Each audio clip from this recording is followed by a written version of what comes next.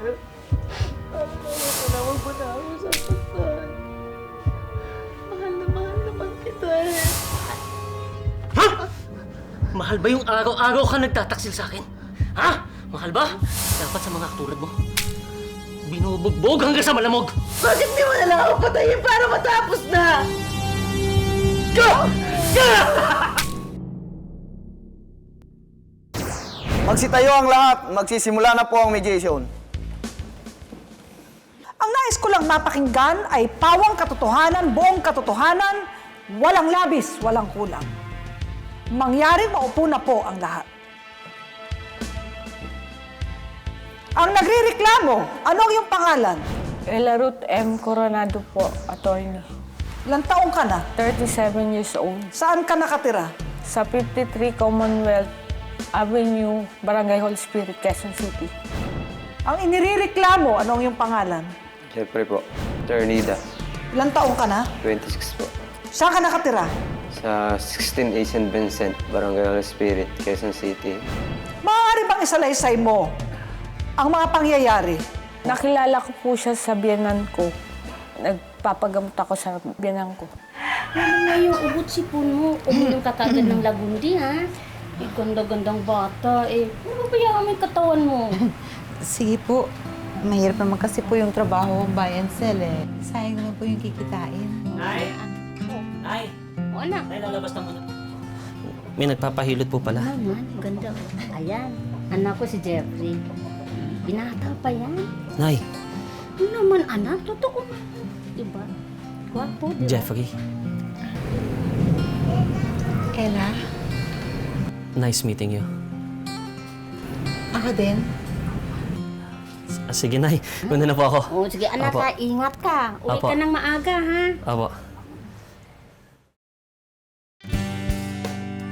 Naku, yung kulay na yan. Bagay na bagay talaga sa'yo. Naku, ikaw nagregalo nito sa akin eh. Kaya nga, bibili tayo soft. Kuya, dalawang soft drinks na po. Salamat.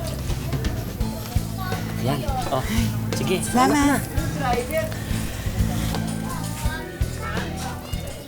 Ella, mahigit isang taon na rin tayo magkasintahan. Siguro naman panahon na para magsama tayo.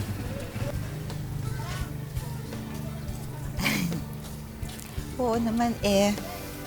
Mahirap din kasi ang live-in, di ba? Ella, ang importante, mahal natin ang isa't isa. Pangako, magiging masaya ang buhay mo sa akin. Tutuwa si mahal nito. Paborito niya. Menudo. Okay. Mahal. Sige, maupo ka na. Ah, ikaw nagluto nitong menudo? Aba, syempre, paborito mo yan eh. Naku, At hindi lang yan, surprise ako sa'yo. Nilaban ko na yung mga kaming damit natin. aba, galing-galing mo naman. Aba, swerte mo sa asawa, masipag to. Anong trabaho mo? Buy and sell po ako noon. Pero Buy and ngayon sell. po, sampagita vendor na lang. Saan? Sampagita vendor na lang. Bakit ka umiiyak? Nalulungkot lang po ako. Nawalan ako ng trabaho.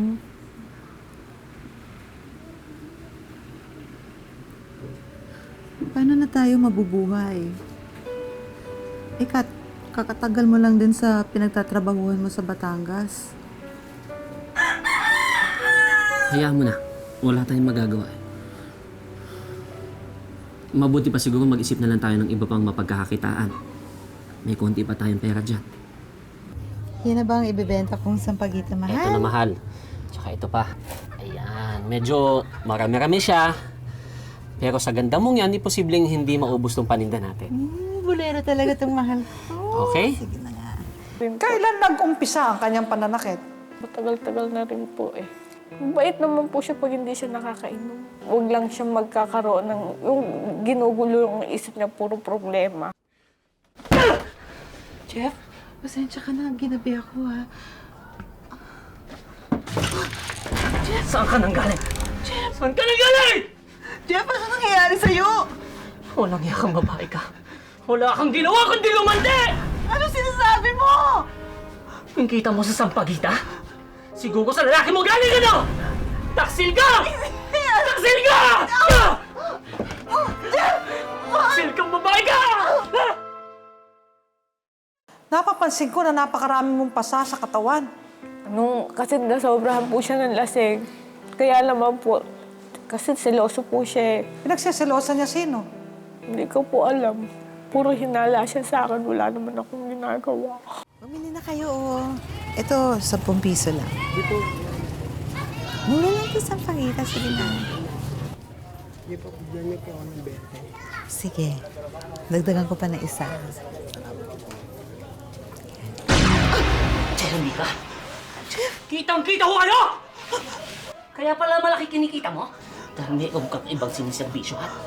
Hindi! Jeff! Wala! Wala, Jeff! Di ka! Liga! Jeff! Di mo aminin? Lalaki mo siya, ano? Hindi, Jeff! Ha? Pag siya pa yung umaalis, sabi niya may pupuntahan lang siyang kaibigan niya. Pinapayagan ko naman po siya. Tapos sabi niya saglit lang siya. Pero dumarating po siya minsan. Alauna na ng madaling araw. Ha? O bakit kasi madaling araw ka na umuwi? Naantay ko po yung kaibigan ko Ano kaibigan? para humingi ako ng tulong. Jeff, umiinom ka na naman. Saan ka nang galing? Pumunta ka lang sa kaibigan mo, umagahin ka ng uwi! Jeff, nabenta lang ako ng sampagita, Jeff. Lasing ka na naman.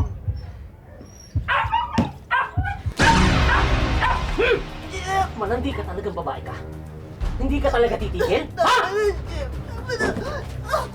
Tsaka! Kaysa pakinabangan ka ng iba, pagsasawaan muna kita.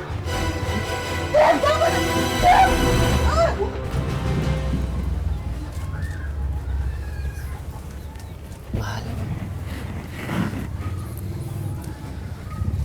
Pasensya na kagabi. Hindi ko sinasadyang gawin yon. Patawagin mo na ako. Jeffrey, hindi ka naman dapat magselos eh. Ikaw lang naman ang lalaki sa buhay ko. Pangako. Hindi na maulit yon. Pasensya ka na.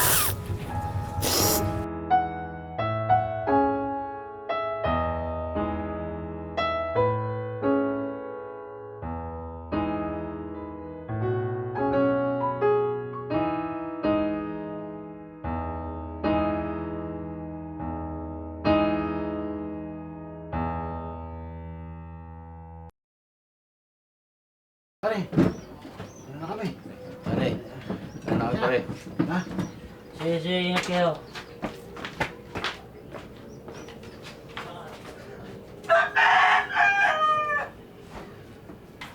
Umiinom ka na naman.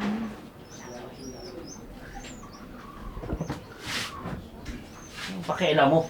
Tara ito! Sasaktan ako. Tingnan ka dito! Pasok! Huwag kang aalis dyan! Ito.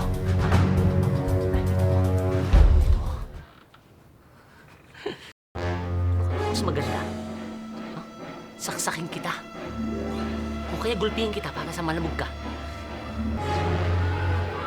Mas maganda siguro kung bubugbugin kita. Ma, alis na lang po tayo dito. Lagi ka na lang po sinasaktan ni tatay.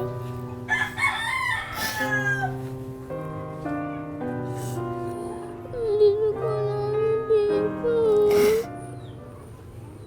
Depensa ni Jeffrey, hindi raw sumusunod sa curfew pinataw niya ang kinakasama niyang si Ella, kaya niya raw ito nagagawang saktan. At hinala pa niya, may iba raw lalaki si Ella, kaya raw ito late umuwi sa kanila. Alam mo, hindi yan matatapos hanggat hindi ka tumitino, hanggat hindi mo tinitigil ang kalandian mo! Eh bakit po payag kang tabihan ka pa niya bilang asawa? Eh sinasaktan ka pala. Mahal ko po siya. Pangalawa, gusto ko buo ang pamilya.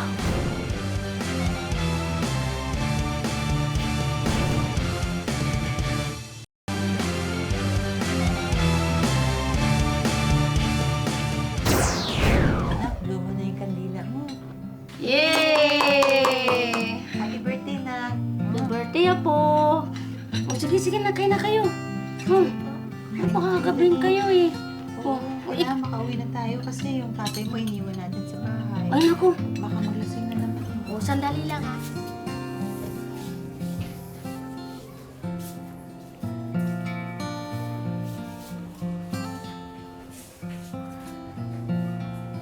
Saan ka nang galing? Pati ang mga bata sinasama mo sa kalandian mo. Birthday ng anak mo. Naganda ang nanay mo. Sinasama ka namin pero sabi mo ayaw mo sumama dahil gusto mo lang uminom. So, kasalanan ko! Ha? Ano? Kasalanan ko! Ha? Ka na naman! Sumasagot ka? Sumasagot ka! Ha? Jerry!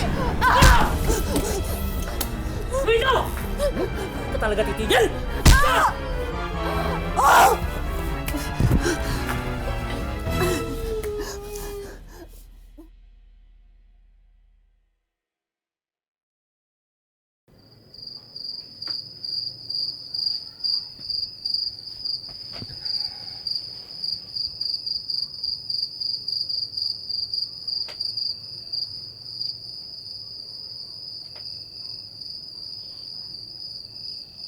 Jeff, ano ba? Pagod ako eh.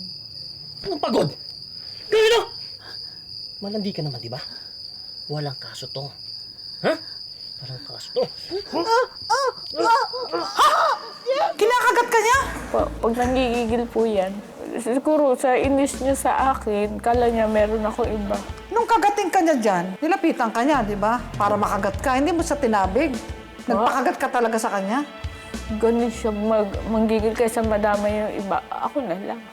Noon ba bungi na ang ngipin mo? Hindi po. Bakit nabungi ang mga ngipin mo? Suntok po. Kaso suntok? Walang kadala-dala, eh, no? Malandi ka talaga, eh, no?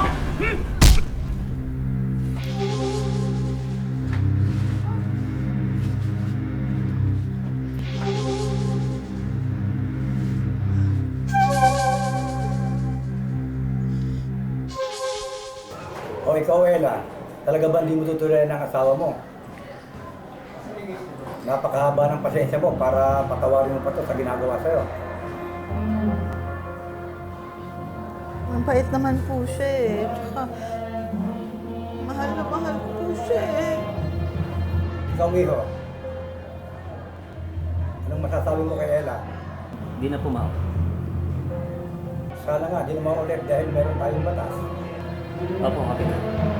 O sige, kung yan ang decision mo, Mrs. sa Ella, sige, okay na, pwede na kayong magsama muli.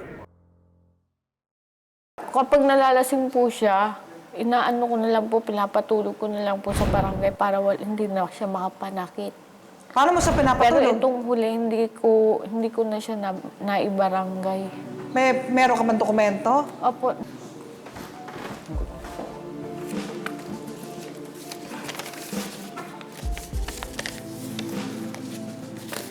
Sa Bausi Blatter Report sa barangay, naganap noong March 1, 2012. Paulit-ulit na pananakit, ikaapat nang nareklamo ng paglabag sa violence against women and their children.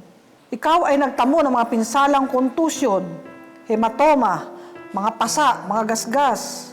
Naku, matindi to, multiple abrasion. Bakit pumapayag kang tabihan ka pa niya bilang asawa? Sinasaktan ka pala. Mahal ko po siya. Pangalawa, gusto ko buo ang pamilya. Kasi nga po, sabi nga din sa akin ng barangay, sobrang haba raw po ng ano ko eh. Pangunawa ko at pasensya. Nagkakasundo kayo doon? O ikaw ang umuurong sa demanda? Ako po. Bakit ka umuurong? Dahil sa pagmamahal ko sa kanya. Mahal na mahal mo siya. Gaano mo siya kamahal? Sa mga anak ko po. Nang dahil daw sa selos at maling hinala, ginagawa raw punching bag ng inirereklamong si Jeffrey ang kinakasama niyang si Ella. Nagiging violente raw kasi si Jeffrey tuwing nakakainom siya. Pero sa kabila nito, ang gusto lang daw ni Ella, magtanda si Jeffrey at wag na siyang sasaktan. O, may mukha ng asawa mo. Lagas-lagas ang ipin. Ganyan mo nga yung mga kamay mo. O, tanda mo kalakal-mot, hampas, pasa, sugat.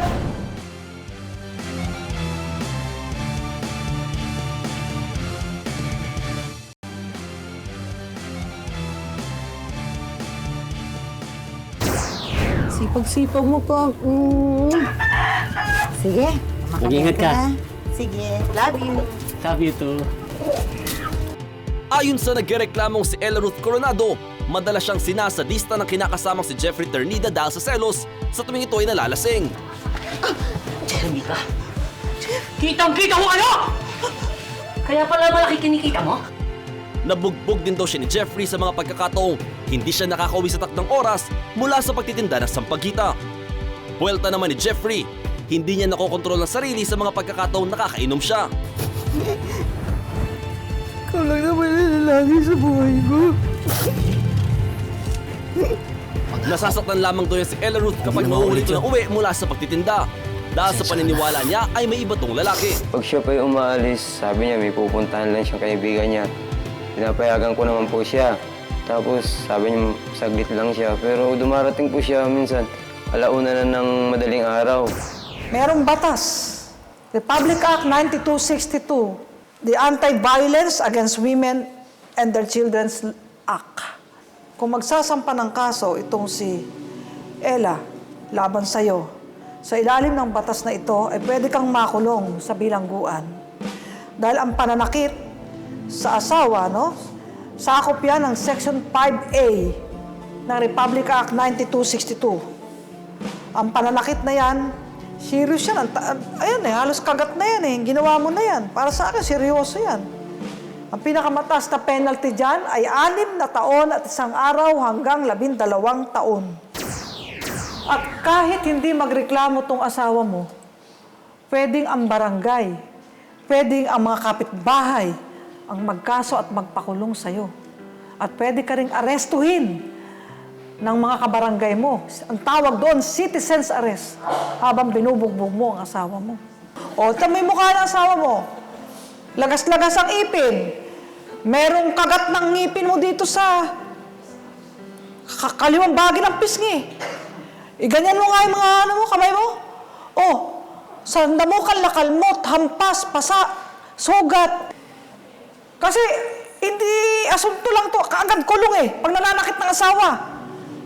Automatically, pwede kang ikulong anytime ng pulis. Asunto o areglo? Areglo po. Gusto ko po siyang magbago, kaya gusto ko siyang ipagamot at para magkaroon na rin siya ng trabaho na maayos, mabuhay niya kami. Pag inulit niya, huwag na siyang iinom. Ayun po. Nakalak na nakakalasing. Opo, hindi na po. Dahil bawal po sa kanya. O, tanongin kita, Jeffrey. Anong gusto mo? Areglo. Kulong o areglo? Areglo po. O, anong areglo mo sa kanya? Ako po yung mangangako na hindi ko na po siya sasaktan. Nangako ka? Opo. Eh, paano pag mainit ang ulo mo? Ako na lang pong kukontrolin at saka hindi na rin pa mag-inom. Pag umulit ka, babalik siya dito, tatawag siya sa public attorney, at pwede ka na maaresto. Meron pa siyang hiling sa'yo, magpapagamot ka, ha? Papatingin ka sa psychologist. Apo. Magpapa-counseling ka lang naman. Counseling, therapy, para yung galit mo ay makontrol mo. Yung stress management ang tawag doon. System sa katawan mo. Okay? Tawagin na natin si Attorney Vanessa Ongpe Jones para sa inyong kompromiso. Kasunduan. Una, hindi nasasaktan ni Jeffrey si Ella at hindi na rin siya magpapakalasing sa mga alak na nakakalasing. Ikalawa, kapag inulit pa ni Jeffrey ang kanyang pananakit at pambubugbog kay Ella, maging ang kanyang pangangagat, siya ay ipakukulong na ni Ella. Kaya lagi natin tatandaan, pagdating sa batas, lahat patas. Ito ang inyong public attorney. Tapos na po ang ating mediation. Pagkatapos ng mediation, ay agad na nakipag-ugnayan ng public attorney sa mga institusyon makakatulong sa mag-asawang Ella Ruth at Jeffrey. Si Ella ay sinama sa DSWD Central Office, sinama naman si Jeffrey sa Psychiatric Division ng National Center for Mental Health. Ang mag-asawa ay parehong oobserbahan ng mga tagapayo at eksperto hanggang sa lubusang maging maayos ang kanilang kalagayan.